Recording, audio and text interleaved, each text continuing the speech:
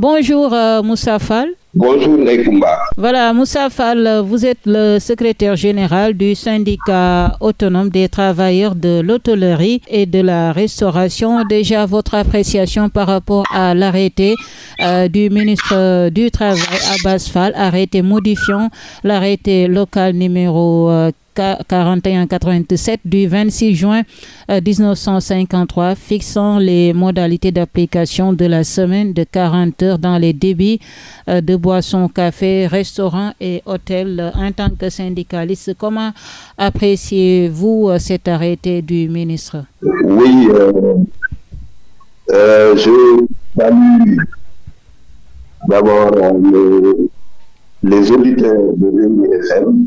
Oui. Et aussi, je suis très content d'être invité à cette émission pour donner mon impression. D'accord. Donc, moi, je suis le secrétaire général du syndicat autonome des travailleurs de l'hôtellerie de la restauration, oui, affilié à la CSA. Donc, comme vous venez de le dire, cet arrêté 4187, c'est un arrêté local, donc qui datait de la période coloniale. Oui. Donc depuis 1953, avait institué dans un certain nombre de ports des horaires au-delà de la norme, de ce qui est reconnu par le code. Donc c'était des dérogations. Donc, le début en faisait partie, avec un certain nombre de corps comme le gardiennage, comme les professions agricoles. Donc, on faisait beaucoup plus que le 40 heures reconnu par le code. Donc, à cause de cette dérogation-là, il s'est arrêté en fait 41 heures. Donc, oui. Depuis notre avènement à la tête du syndicat de l'hôtellerie, oui. Nous avons commencé à revendiquer la suppression de cet arrêté avec bien sûr l'aide de la CSA et des autres centrales. Les autres centrales étaient dans la bataille. Donc, ce qui a amené en 2021, il y a eu une rencontre initiée par le syndicat, avec le syndicat patronal de l'hôtellerie. Donc, il y avait un accord entre les deux organisations. Cet accord, à la signature, le syndicat patronal avait demandé une pause à cause du Covid-19.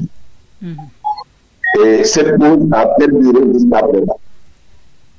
Donc, entre-temps, nous avons pris toutes les mesures qu'il faut. Nous avons écrit au syndicat patronal. Nous avons écrit à la direction du travail, au ministère du Travail. Oui. Pour son application. Mais on s'est toujours heurté à en fait une idée que voilà, il fallait calculer l'effet économique de cette mesure. Bon, ce que nous ne pouvons pas fonder, je peux dire, parce que le syndicat patronal qui a négocié la SPIH, c'est-à-dire c'est la plus grande centrale patronale au Sénégal. Donc, avait pris quand même toutes les mesures par rapport à ce pour être d'accord sur la suppression.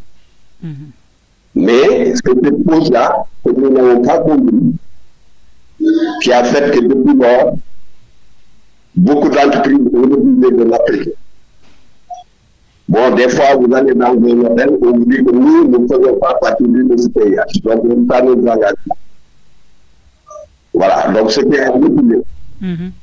le fait qu'on ait demandé, par exemple, au ministère du Travail de généraliser la suppression, ce qui a traîné pendant 23 ans.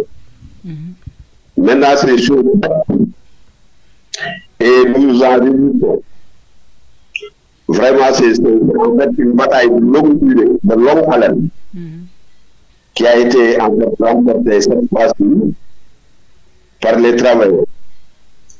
La CSA, quand même, c'est illustré à travers ce combat, à travers les différentes rencontres avec le gouvernement et avec le chef de l'État, le premier, pour vraiment que cette mesure, que je peux dire d'injuste, soit abrogée une bonne fois pour que tout le monde fasse 40 heures et que les gens puissent faire les 40 heures qui vont revenir. Bon, vous savez maintenant, il y a une évolution dans l'hôtellerie, dans le temps, où on calculait des heures creuses. Aujourd'hui, la personne arrive à 7 heures du matin, 6 heures du matin, à son travail.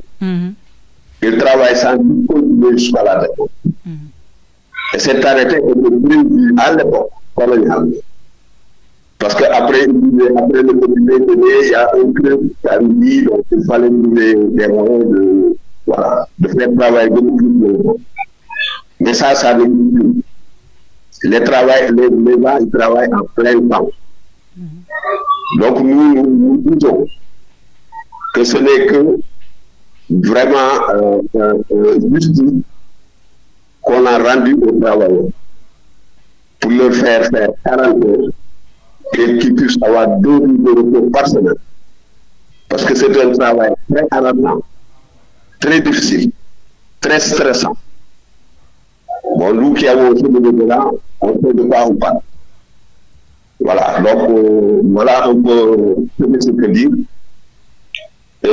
Nous saluons aussi l'arrêté concernant les bonnes, en fait, les gens de maison,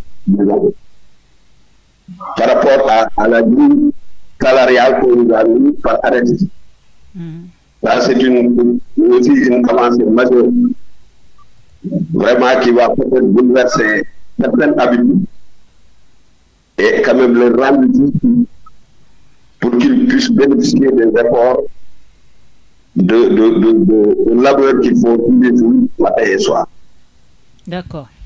Donc, en tout cas, l'hôtellerie, je peux vous dire, depuis que cette mesure est prise, et depuis que l'arrêté a été publié, nous ne cessons d'enregistrer des appels de satisfaction à travers tout le Sénégal et à travers tous les enfants. Voilà, donc c'est une mesure que nous saluons vivement. D'accord. Et remercions aussi le camarade Oliman Diouf, le camarade Ibrahim Gueye, qui n'ont fait aucun effort par rapport à la satisfaction de cette revendication. D'accord. Ça, je peux le dire parce que c'était avec eux. Et par exemple aussi toutes les centrales. Voilà. Bon, en tant que travailleur syndicaliste, on vous interpelle également par rapport à la fête du travail qui va se célébrer ce 1er mai, comme chaque année, ce jeudi. Avez-vous un appel à lancer aux autorités étatiques par rapport à la situation des travailleurs au Sénégal, au moment où le président vraiment veut un pacte de stabilité sociale avec les travailleurs, avec les syndicalistes? Votre message par rapport à ça? Voilà. Là le message que je peux lancer,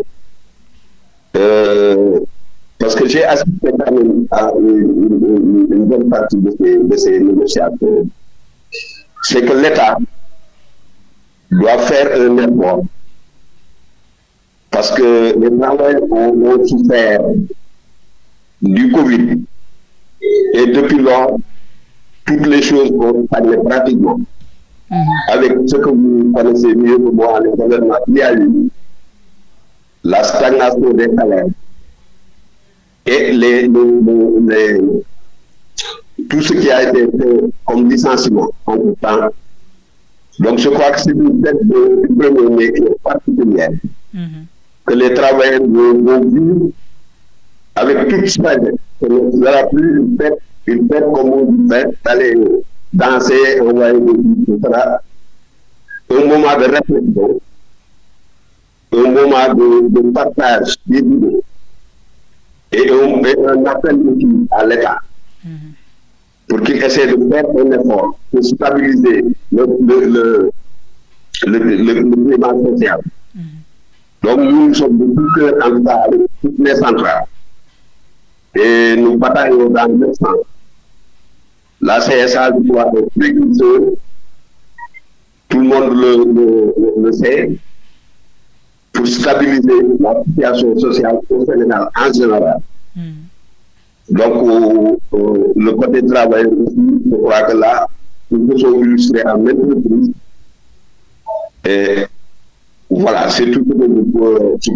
En tout cas, nous lançons un appel à tous les travailleurs de venir activement, vraiment à la place vers Massalikul Jinaan, où les experts généraux certainement vont délivrer un message ou bien des messages par rapport à ce pacte. Et nous montrons certainement la conduite à tenir. Donc c'est important pour que tout le monde y soit. Voilà. Et se mobilise pour vraiment des lendemains. Et nous le pensons sincèrement. Merci beaucoup Moussa Fall d'avoir répondu à nos questions. Je rappelle que vous êtes le secrétaire général du syndicat autonome des travailleurs de l'hôtellerie et de la restauration.